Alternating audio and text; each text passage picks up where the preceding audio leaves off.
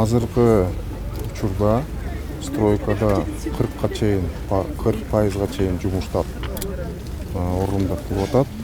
Жумушчулар болсо бүгүнкү күндө 500 адамга чейин жетип атат. Келечекте 708ге чейин көбөйтөбүз. Тегеректеги айланадагы нарын регионунан бир 70-80% түзөт деп ойлойм. Калгандар Кыргызстандын жерлеринен. Ошо энергетика шаар Каракөлдөн бар, Ташкөмүр, Каракөл. Кыргызстандан бар. Азыр биз мына головной узел деп коет, ондан көчтүн суу тосмо суу алчу бөлүмүндө водосброс курулуп атат. Водосбросубуз сопрягающий устой деп коет. Аныбыз 90%га жакындап калды. Негизинде суу тосмо дамбасын деп коет, аны отсыпкага даярданып атабыз. Анысы да жүрүп жатат. Бул жакта глухой плотина дейт, бул дагы бир 40% бүтүп калды. Удй жагында быстроток бар. Водосбросубуз бир 20%дан өтүп калды. Эми биздин графигибиз боюнча 25-жылы 26-жылдын аягында ишке бериле турган эмебиз бар.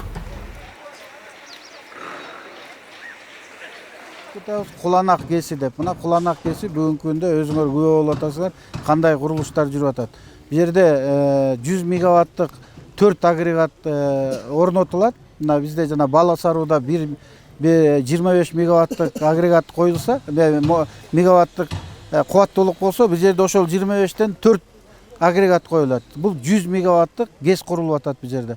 Бүгүнкү күндө мына могуну артыбызда турган целлофан менен жабылып турган отсасывающий труба деп коет. Ошол трубалар уже компания алып келип коюп кетип, азыр мына июль айында 2 агрегатын алып келип коебуз деп атат. Анан сентябрь айында Кудай буйрса дагы 2 агрегатын койсо, ошентип уже мындайча айтканда суу келип, ошо сууну барасы айлантып, эмеге электроэнергияны чыгарып бергенге анан подстанциясы да иш жүрүп атат. Азыр өзүңөр көрдүңөр. Плотинанын бийиктиги 30-36 метрге жетет. Ошонун дагы азыр бетонный жумуштарын көрүп атасыңар. Анан азыр биз ошону жээктеп келдик. Деривационный каналды көрдүңөр. Ошонун баары азыр казылып, тазаланып, астына гидроизоляция коюлуп туруп, анан үстү бетондолуп, анан ошол деривационный канал менен ошол суу барып, мындайча айтканда агрегатка түшөт. То есть бул жерде азыркы күндө 630 киши иштеп атыптыр, куруучулар. Азыр дагы 1200 кишиге жаз биякта кыш мезгилинде кичине жумуш токтоп калган суукка байланыштуу. Азыр эми жаз келгенине байланыштуу мына жумуш жандандып, азыр 1200 кишиге көбөйтөбүз деп атат.